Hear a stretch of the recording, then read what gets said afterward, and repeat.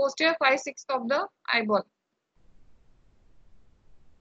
The outer surface is covered by Tenon's capsule, inner surface is covered by uveal tissue, and anterior part is covered by bulbar conjunctiva. The space between sclera and choroid is called as suprasporoidal space.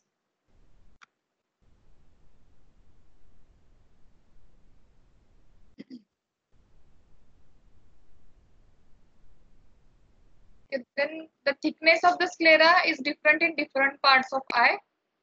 It is thickest posteriorly and thinnest at the insertion of the recti muscles. How many recti are there in eyeball? How many rectus muscles?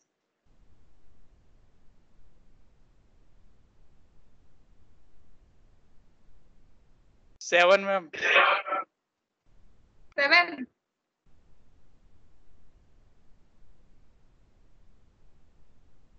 और नाम बताओ.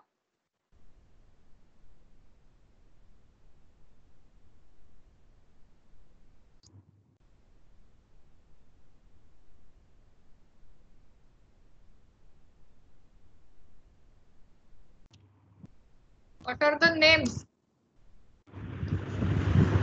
Ma'am, anterior medial rectus, lateral rectus, superior oblique, inferior oblique, and superior rectus and inferior rectus. So 6 muscles, not 7. Aviator. sclera. Apertures मतलब जिसमें से arteries, veins निकलते हैं, that is called as aperture. So there are 3 apertures in sclera: anterior, middle, and posterior. Anterior is through anterior aperture are going anterior ciliary vessels. Middle aperture, 4 vortex vein, and posterior there is a optic nerve and long and short posterior ciliary nerves. Okay, this is the anterior aperture. This is the middle aperture. So, what are the layers of sclera? Depending on the layers of sclera, there are the diseases of sclera. So, what are the layers? Episclera, which is the uppermost layer. Middle layer is sclera proper, and inner is the lamina fusca. So, as sclera is episclera is thin, dense vascularized layer of connective tissue which contains fibroblasts, macrophages, and lymphocytes. And sclera proper is a vascular structure. What are the other avascular structures in eye?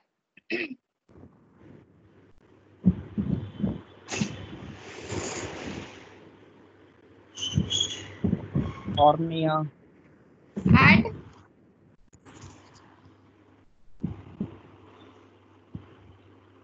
cornea, and other one most important,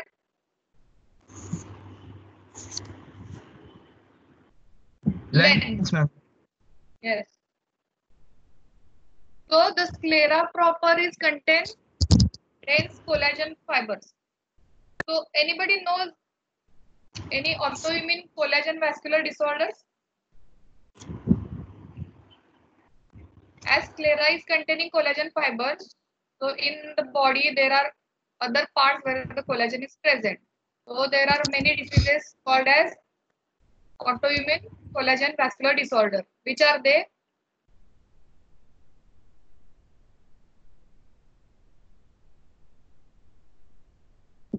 Lupus.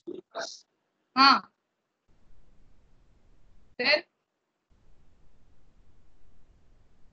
SLE, Wegener's granulomatosis, rheumatoid arthritis. Yes, so these are the collagen vascular diseases. So as sclera is containing collagen fibers, so these diseases are related to scleritis. Or we have to differentiate that disease may be present as a scleritis. Then lamina fusca is a innermost part which blends with the suprachoroidal space. So what are the inflammation of sclera? First is the episcleritis and scleritis. You have a short note on episcleritis and scleritis as a difference.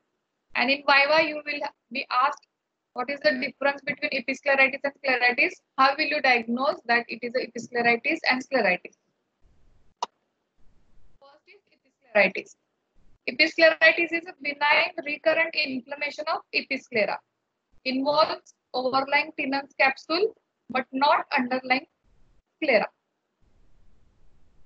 The etiology first is unknown or idiopathic. Second is associated with gout, psoriasis or rosacea or hypersensitivity reaction to endogenous tubercular or streptococcal toxin. This is a MCQ for your NEET PG. Hypersensitivity to which endogenous toxin? Tubercular or streptococcal? Incidence, males are more common than female and young adults. This pathology, as episclera is containing fibroblasts, macrophages, so localized lymphocytic infiltration of episcleral tissue, and there is a edema and congestion of overlying Tenon's capsule and conjunctiva. What are the symptoms? Redness, mild ocular discomfort, and foreign body sensation. What are the signs? There are two types of episcleritis. One is a diffuse episcleritis and second is a nodular episcleritis. Diffuse means whole eye may be involved or one or two quadrants are involved. In nodular episcleritis, there is a one pink purple flat nodule surrounded by injection. Injection means redness, which is 2 to 3 mm away from the limbus. Maximum inflammation is confined to only one or two quadrants. Here the inflammation is confined to that nodule. And that nodule overlying conjunctiva moves freely. This clinical course, it has a limited course, 10 days to 3 weeks, and it resolves spontaneously. So it may not require treatment. But if there is a pain and more redness, then we have to give topical medication. The recurrence is common and tend to occur in bouts. And fleeting type of disease, episcleritis periodica. Fleeting means it comes in 2-3 months, 2-3 months. This is called as episcleritis periodica. So what is the differential diagnosis? If there is a nodular episcleritis, you have to differentiate between inflamed pinguicula. What is pinguicula?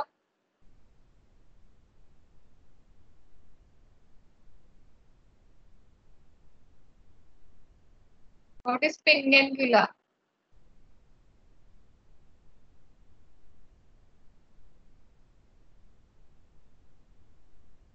Okay. Differential diagnosis is inflamed pinguicula because there is also one nodule is present. So you have to differentiate between pinguicula. Then second is scleritis. And third is foreign body reaction on bulbar conjunctiva. What is the treatment?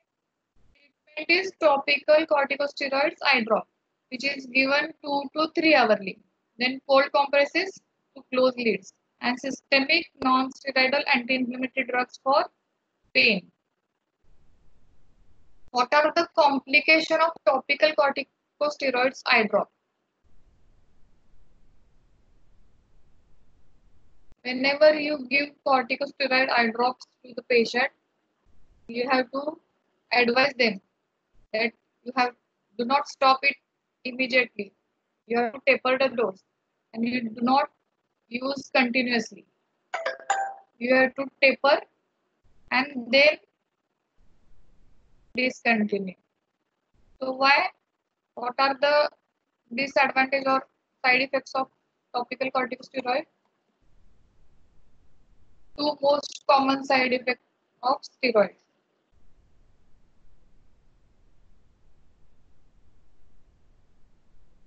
क्या है?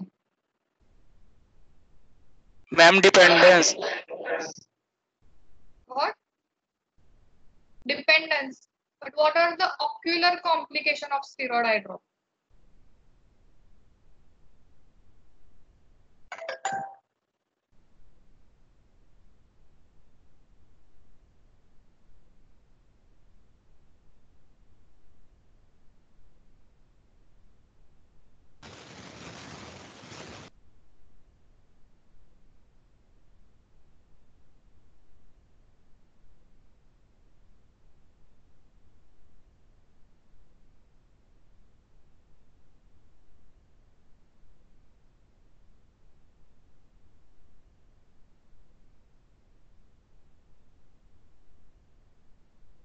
Nobody knows. Ma'am, delayed wound healing because of immune suppression. Ma'am, blurring of vision. But delayed wound healing if the blurring of vision. No. Yes, ma'am. Most common side effects of topical steroid. Is using topical steroid, we have to do that. Glaucoma and cataract. Topical cause glaucoma and systemic steroid cause cataract. So the next is scleritis. So scleritis is inflammation of sclera proper, which contain collagen tissue. Females are more common than males and elderly. Episcleritis, males are common and younger. So etiology is all autoimmune vascular collagen vascular disorder. So what are the autoimmune collagen vascular disorder? Rheumatoid arthritis, Wegener's granulomatosis, PAN, SLE, and ankylosing spondylosis. Then metabolic disorder, gout and thyrotoxicosis. Infectious diseases like herpes zoster, staphylococcal and streptococcal infection. Then granulomatous diseases like tuberculosis, syphilis, sarcoidosis, and leprosy. Miscellaneous irradiation, chemical burns, leakage, Behçet syndrome, and rosacea, and surgically induced. And most common is idiopathic. So why you should know all these things? Because you have to give a test or investigations to the patient. So if you know what are the differential diagnoses, then only you can give the test. Like rheumatoid arthritis, you have to give rheumatoid factor. Gout, you have to give uric acid. Thyrotoxicosis, you have to give him T3, T4, TSH. So you have to know the differential diagnosis so you can give them investigation. Anybody knows what is VKH? VKH? Vogue Koyanagi Harada syndrome, anybody knows?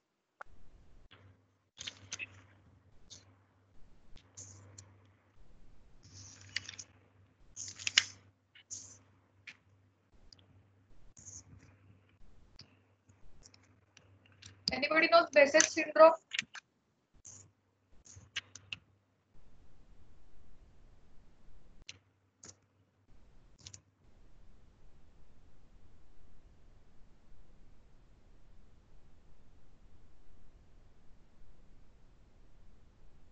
What is pathology?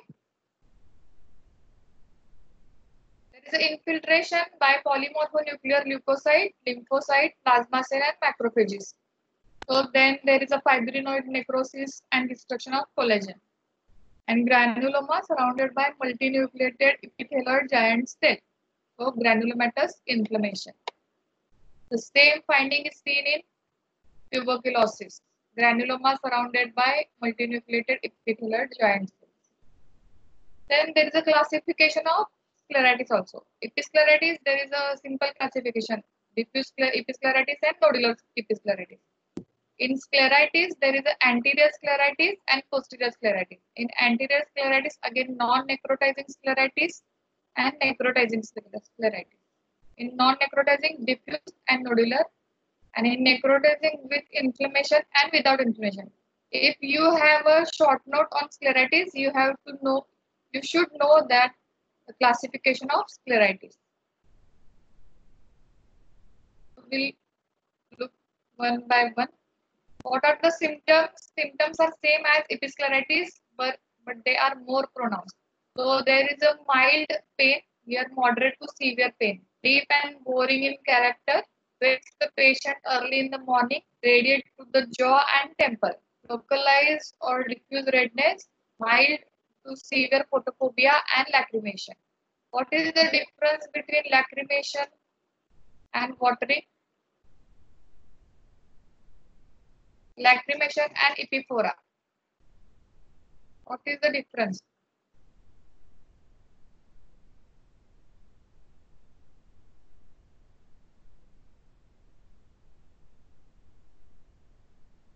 So pain, redness, watering, and photophobia. These are the symptoms. Signs. Signs are different depending on the different types of classification. So first is non-necrotizing anterior diffuse episcleritis, which is the commonest. As name suggests, diffuse means widespread inflammation involving quadrant or more than the anterior sclera. The area is raised and salmon pink to purple in color.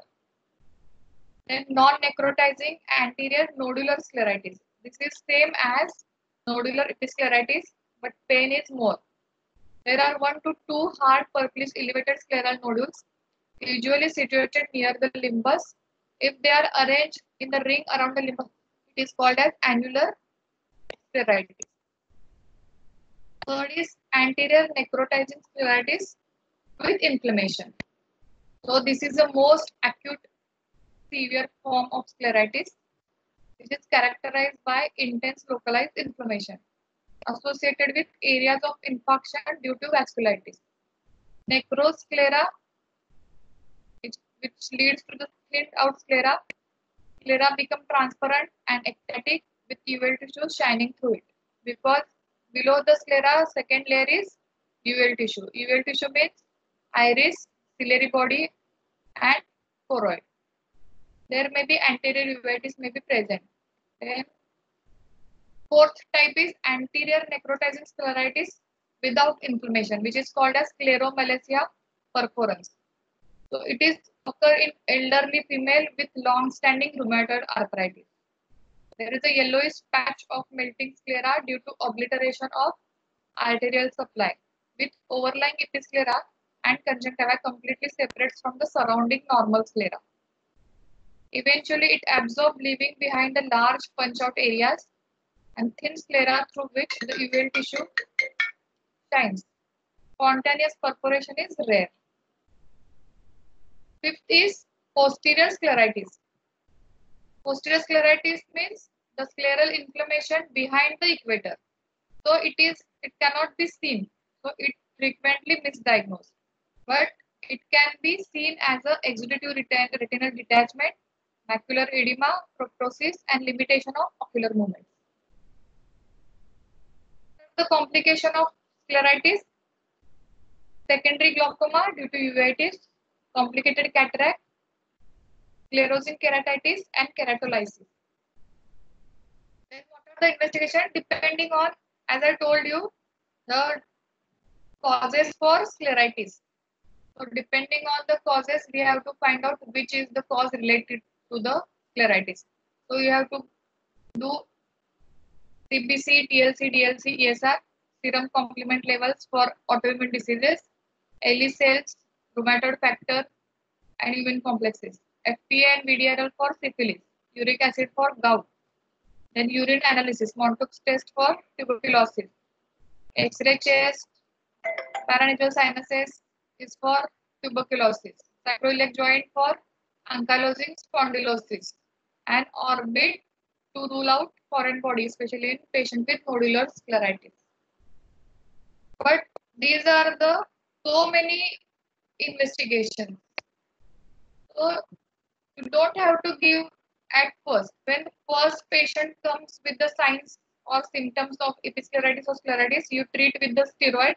And if the patient come again with the recurrence or 2-3 times, then only give the investigation to know the cause. What is the treatment? Treatment is the same as episcleritis. For non-necrotizing scleritis, topical steroid eye drops and systemic non-steroidal drugs. Then necrotizing scleritis, topical steroid and heavy dose of oral steroid also added. In non-responsive cases, immunosuppressive agents are given. Subconjunctival steroids are contraindicated as they may lead to the scleral thinning or perforation. What is blue sclera? Blue sclera means bluish discoloration of sclera. This is the asymptomatic condition, only color of the sclera is blue. The causes are osteogenesis imperfecta, Marfan syndrome, Ehlers-Danlos syndrome, pseudoxanthoma elasticum. These all are collagen disorder. Then euphthalmos means bull-like eye, which is seen in congenital glaucoma. Then high myopia because eyeball is already big, and Hill scleritis. So these are the causes for blue sclera. Then other scleral disorder is staphyloma. What is staphyloma?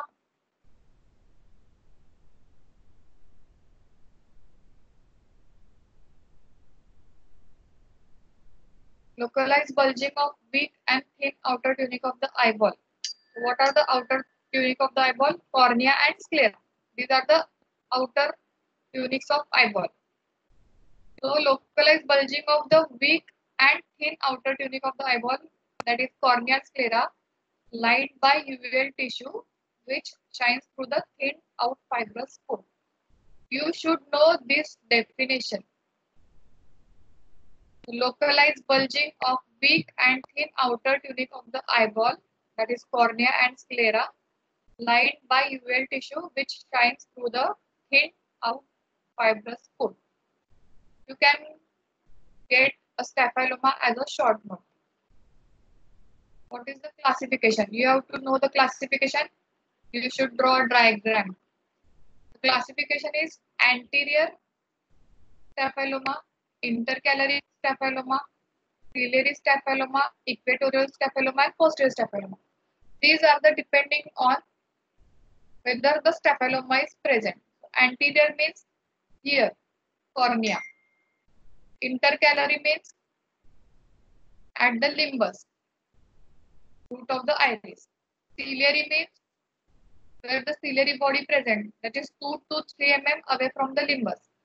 Equatorial means at the equator of eyeball, where the uvea is present, C. And posterior means posterior pole of the eyeball, that is D. So what are the different causes for different staphylomas? So anterior staphyloma, which present at the cornea. So it is associated with the ectasia of the cornea and iris. This is due to perforating corneal ulcer and injury. So through the cornea,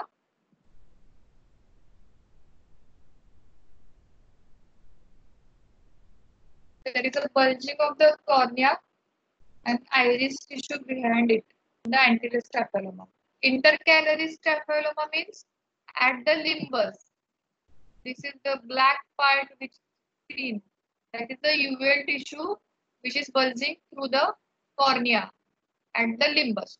So the causes for healing of the perforating injury or peripheral corneal ulcer. So there is a ectasia of the weak scar tissue formed at the limbus and localized bulge in the limbal area, which is lined by root of the iris. These are the MCQs for NEET. Anterior staphyloma contains iris. Intercalary staphyloma contains root of the iris. Ciliary staphyloma contains ciliary body. Posterior and equatorial staphyloma contains uveal tissue or choroid. In the intercalary staphyloma, there is a marked corneal astigmatism and defective vision. Secondary angle closure glaucoma due to progression of the swelling. Treatment is localized staphylectomy under heavy dose of steroid.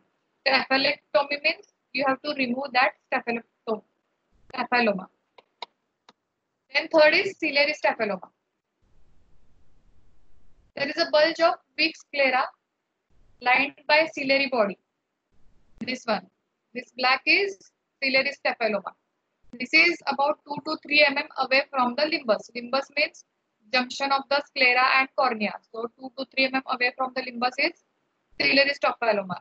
This means this is a ciliary body popping out through the thinned out sclera.